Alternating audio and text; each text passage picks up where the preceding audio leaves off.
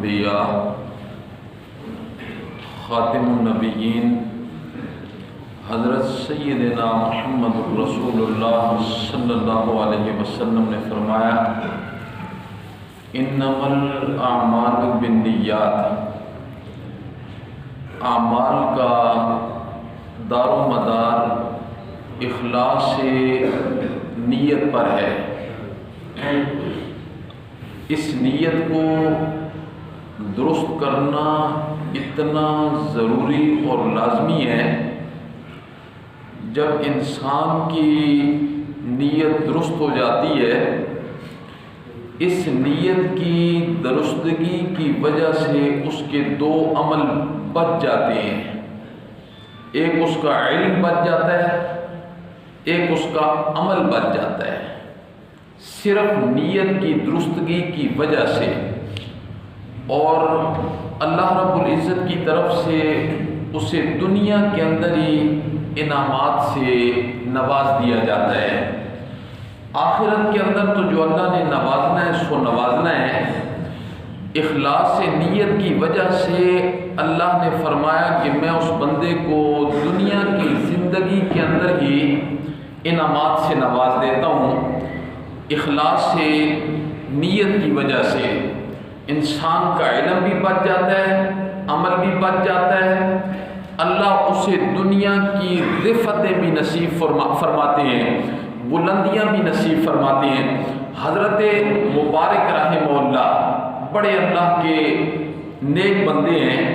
کتابوں میں لکھا ہے کہ حضرت مبارک ایک بندے کے غلام تھے، غلام خادم، اور اس کے مالک نے حضرت مبارک کو ایک باغ کا نگران مقرر کر دیا تھا کہ اس باغ کی نگرانی آپ کے ذمہ ہے۔ وہ باغ انار کا باغ تھا۔ 3 سال گزر چکے حضرت مبارک کے وہ باغ کی رکھوالی کرتے ہوئے، نگرانی کرتے ہوئے۔ ایک دن مالک اپنے باغ کے اندر آیا اور اس نے باغ کو دیکھا نا، باغ کے ساتھ بڑے پھل لگے ہوئے تھے، بھرا ہوا تھا پھلوں کے ساتھ، انار لگے ہوئے تھے۔ تو مالک کہنے لگا مجھے ایک پھل کھانا ہے، درخت کسی اچھے سے درخت کا پھل لاؤ۔ انہوں نے انار توڑا، مالک کے سامنے پیش کیا تو وہ کھٹا تھا۔ حضرت مبارک کو کہنے لگا یہ کھٹا ہے، اور کسی درخت کا پھل لے کر آؤ۔ اللہ کی شان، انہوں نے ایک پھل اور توڑا انار کا، وہ اسے دیا، کھانے لگا تو وہ بھی کھٹا تھا۔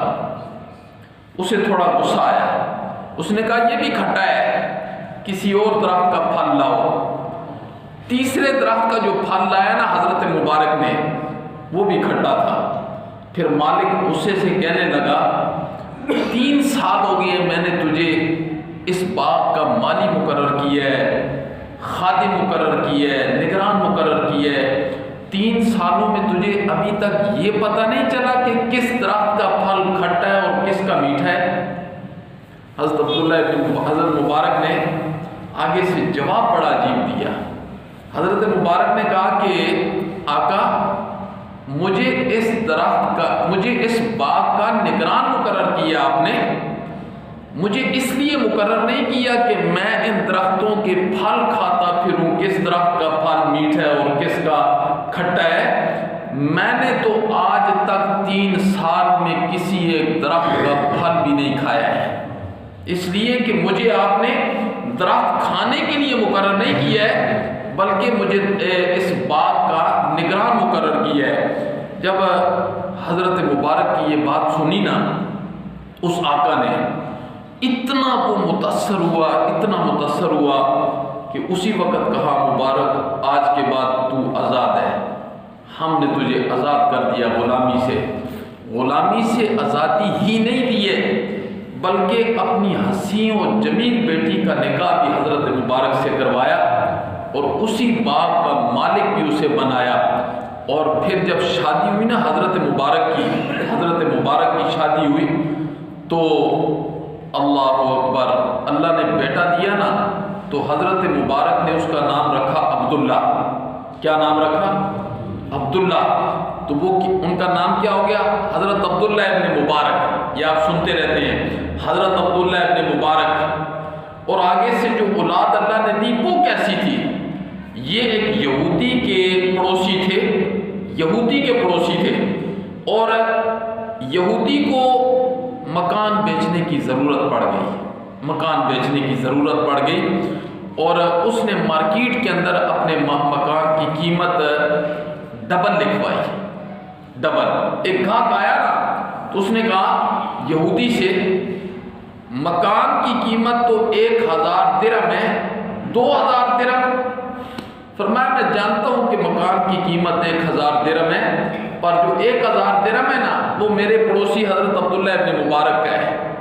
اس نے کہا مجھے پتہ ہے کہ میں یہاں سے چلا جاؤں گا نا اس جیسا پڑوس مجھے نہیں ملے گا، اس جیسا پڑوس مجھے نہیں ملے گا.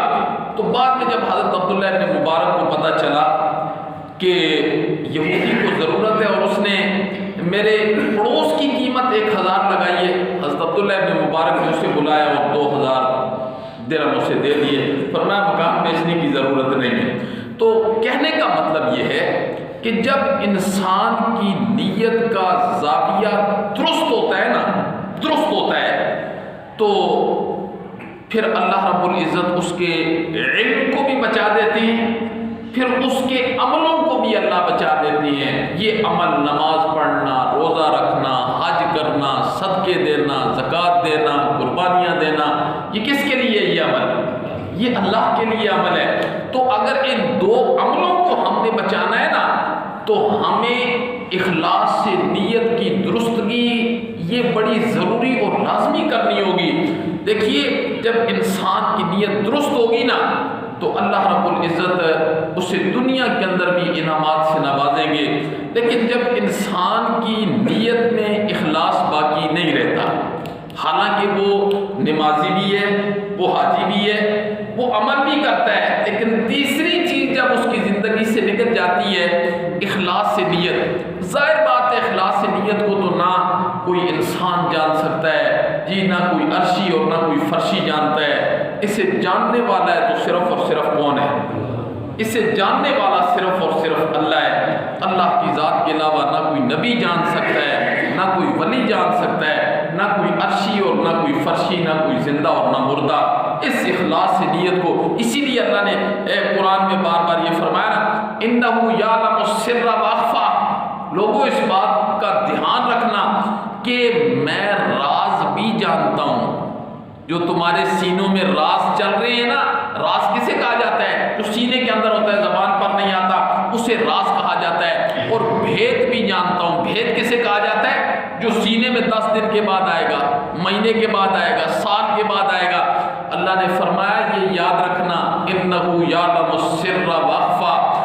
میں دلوں کے راز بھی جاننے والا ہوں اور میں دلوں کے بھید بھی جاننے والا ہوں. لہذا ہم نے اس چیز کو جاننے والے کے سامنے رکھنا ہے.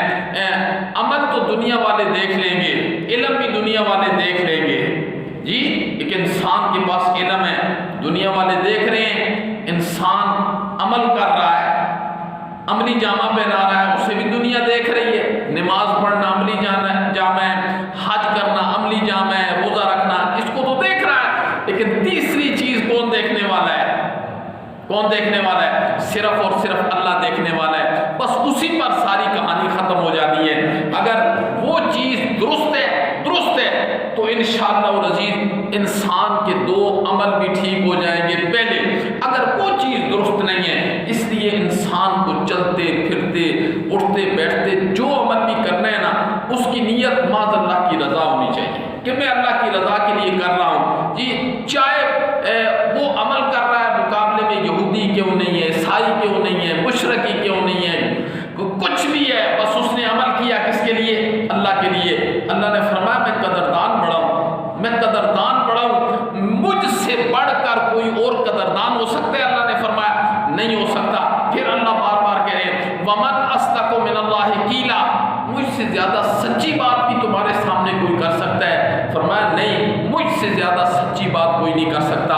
لہذا آؤ میرے پاس، آؤ میرے کلام کے پاس بیٹھا کرو، میرے کلام کو سنا کرو. جب میرے تو تمہاری نیتوں کا ضابطہ درست ہونے میں تمہارے لیے بڑی سہولت اور آسانی ہو جائے گی۔ لیکن جب زندگی کے اندر تم نے میرے خط کو اپنی زندگی سے نکال دیا، میرے کلام کو اپنی زندگی سے نکال دیا، تم نے ماں زندگی قصے کہانیاں دوڑے مرثیے ان پر گزارنی شروع کر دی، تو تمہاری نیتوں کا ضابطہ کبھی درست نہیں ہو سکتا۔ تو انما الاعمال بالنیات، ہر حدیث کی ابتدا کے اندر یہ محدثین حدیث ذکر کرتے ہیں کہ تمام اعمال کا دار و مدار نیتوں پر ہے۔ کہنے کا مطلب کیا ہوتا ہے کہ اس حدیث کے پہلے پیج پر یہ حدیث لائیے، اس کے بعد اس میں بڑے باب آئیں گے، حدیث کے بڑے باب آئیں گے، کوئی صبر کا ہوگا، کوئی شکر کا ہوگا، کوئی توبہ کا ہوگا، گناہوں سے بچنے کا ہوگا، جی حقوق اللہ کا ہوگا، حقوق العباد کا ہوگا، معاملات کا ہوگا، بے و شراء کا ہوگا۔ یاد رکھنا جتنے بھی معاملات آگے آپ نے پڑھنے ہیں ان کا دار و مدار کس پر ہوگا؟ ان کا دار و مدار انسان کی نیت پر ہوگا۔ انشاءاللہ اگر آج ہم اپنی نیت درست کر لیں گے نا، پھر دنیا میں کسی چیز کی ہمیں پرواہ نہیں ہوگی، جی پرواہ نہیں ہوگی۔ اللہ اکبر۔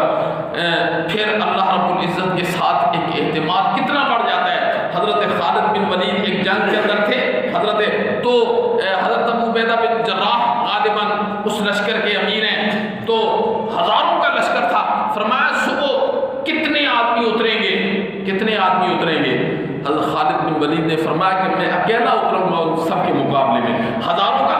فرمایا خالد بن ولید یہ تکبر نہیں ہے؟ فرمایا تکبر کیسے؟ آپ نے نہیں سنا ایک مومن کی مثال زندہ کی سی ہے اور کافر کی مثال مردہ کی سی ہے۔ مردے 1 کروڑ بھی سامنے ہوں، زندے کا مقابلہ کیا کریں گے؟ ایمان تھا نا، ایمان تھا۔ آپ نے نہیں سنا امام الانبیاء نے فرمایا ایک مومن کی مثال زندہ جیسی ہے اور کافر کی مثال مردہ جیسی ہے۔ ایسا ایمان تھا صحابہ کرام کا، اللہ اکبر، کہ جب انسان کی نیت درست ہوتی ہے نا، پھر اسے دائیں بائیں کچھ نظر نہیں آتا۔ ہر آن ہر گھڑی چلتے پھرتے اٹھتے بیٹھتے وہ اپنے ساتھ اپنا ایک ساتھی محسوس کر رہا ہوتا ہے، جی۔ اور وہ کون ہوتا ہے؟ اللہ۔ وہ کون ہوتا ہے؟ اللہ۔ خود قرآن کیا کہتا ہے؟ وَهُوَ مَعَكُمْ أَيْنَمَا كُنتُمْ، تم جہاں جاتے ہو تمہارے ساتھ میں ہوتا ہوں۔ تم جہاں جاتے ہو یعلم خائنۃ الأعین، جی آنکھ کی خیانت کو بھی جانتا ہوں۔ نحن اقرب الیہ من حبل الورید، میں شہرگ سے بھی زیادہ قریب ہوتا ہوں۔ جب انسان اس قدر اس یقین کے ساتھ دنیا کا وقت گزارے گا، انشاءاللہ العزیز اس کی نیت کا زاویہ کیوں نہیں درست ہوگا؟ تو امام الانبیاء نے فرمایا انما الاعمال بالنیات، اعمال کا دار و مدار کس پر ہے؟ نیتوں پر ہے۔ اللہ عمل کی توفیق نصیب فرمائے۔ اللہم انت السلام و منک السلام، تبارک یا ذا الجلال والاکرام برحمتک یا رحیم۔ اللہ سب کا فیصلہ سننا قبول